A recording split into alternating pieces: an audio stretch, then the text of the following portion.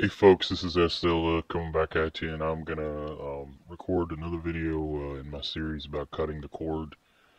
And when I refer to cutting the cord, if you don't know what that means, it means cutting the cable cord from the cable television, meaning getting rid of cable, cable TV programming.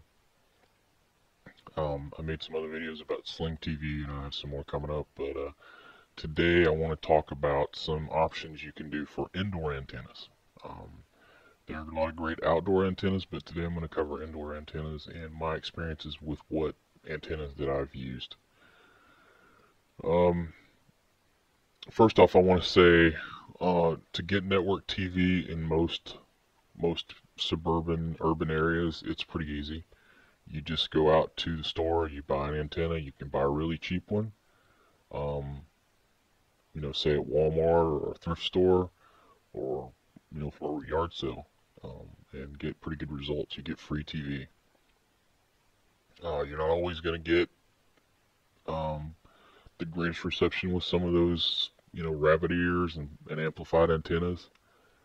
But I'm going to give you my experiences, and your mileage may vary depending on your area and depending on, the way your house is wired and how you have the antenna placed. But as far as my newest test, I've tested wall antenna.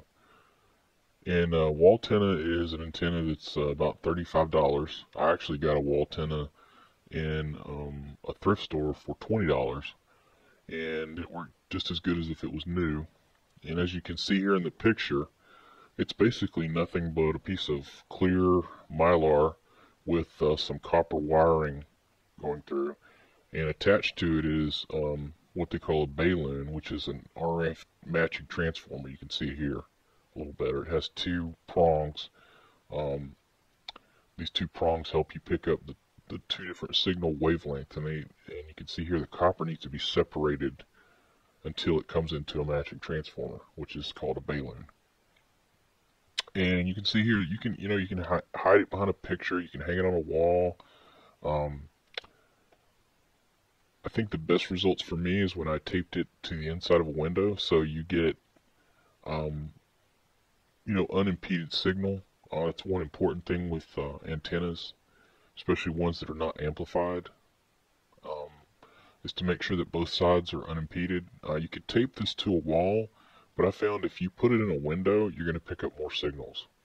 And to be quite honest with you, for a little $20 or $35 antenna you can get on Amazon, or you can order from these guys, it does pretty damn good job. In my area, I get about 25 channels, and that includes ION, CBS, NBC. ABC has a few problems, but I get it most days unless it's really rainy. CBS, NBC, ABC, Fox, ION Television, and PBS.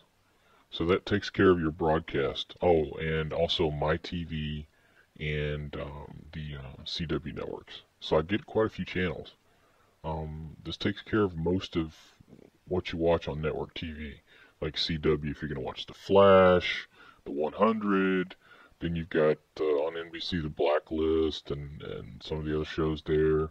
CBS you got for Big Bang Theory, some of the other shows. The list goes on. So you get lots of pretty much free programming. And what you're doing is you're saving a bunch of money by getting one of these antennas. And what SZIL likes about this, look here. Wall antennas designed and made in the USA. You want to see that if you're American like me. So you can go to these antenna websites, and they give you a lot of good tips on how to hang these antennas. They show you the specs, but like I said, here in this picture, you can see they put it in the window. Your mileage may vary, but if you're in a high-rise like here or a bigger building, you put it in the window, you're going to pick up some channels, and you're going to do surprisingly well, considering this is just a piece of plastic with some copper. The actual cable that connects to your television actually comes free with that, so you don't need that. for wall antenna. And another thing you need to remember, your local cable companies, if they haven't already, are scrambling your channels so that you can't take the coax cable, as it's called, from the wall and directly plug it into the back of the TV anymore. You need some kind of intermediary box, a descrambler.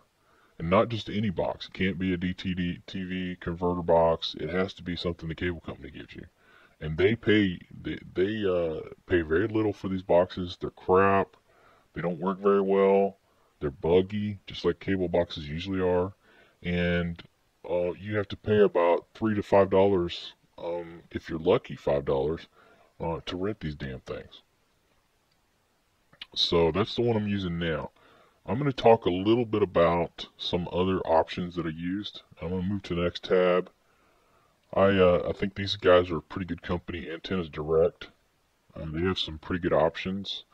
They are a little more pricey, but they get pretty good results. They are more specialized on the outdoor antennas, but there's some pretty cool antennas here, as you can see. The one that I have is actually the Clearstream 1 convertible, and I got almost as many channels as I did from the wall antenna, but it seems like the wall antenna just works better. I don't know if it is just the window placement or what, but it just seems to work better. It doesn't seem to be, it's just cut and dry. You know, you got your copper, you got the plastic, there's just nothing to block it. I'm sure you could take this antenna and modify it, which I'm going to try to do, and put some extra rabbit ears on it and some extra, reception aiding qualities to that antenna and make it better. You can pay $59.99, but if you want, you can go to a thrift store, you can go to eBay and get it much cheaper. And it did pretty good. Another one I tried is Turk. Turk is a pretty well established producer of antennas. They have everything from flat antennas you can put on the wall or just ergonomically slim on a table or a TV stand to these little stand-up indoor antennas. The one I used was the log TVA, and it did pretty well. As you can see, it's pretty low profile. It's kind of stylish. You just plug it in to your coax connection in the back.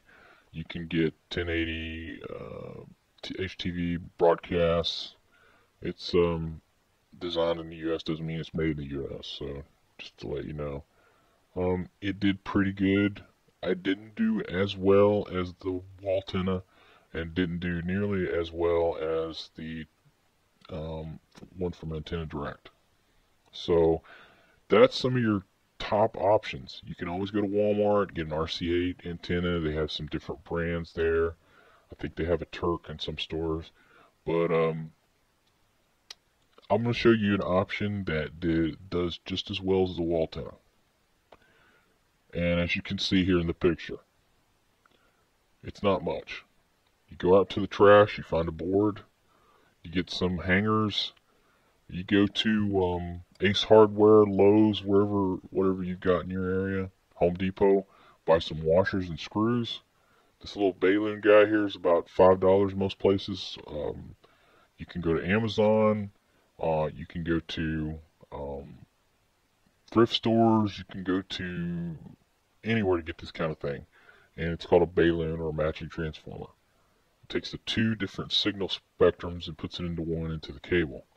And then you need a piece of coax. Everybody's got a piece of coax these days laying around. If you don't, you can always buy one at Walmart, you can buy one at Target, wherever.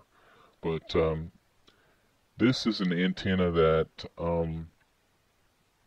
this is not actually mine, this is not a picture of mine, but it's an antenna that somebody made, and it looks exactly like the antenna that I made.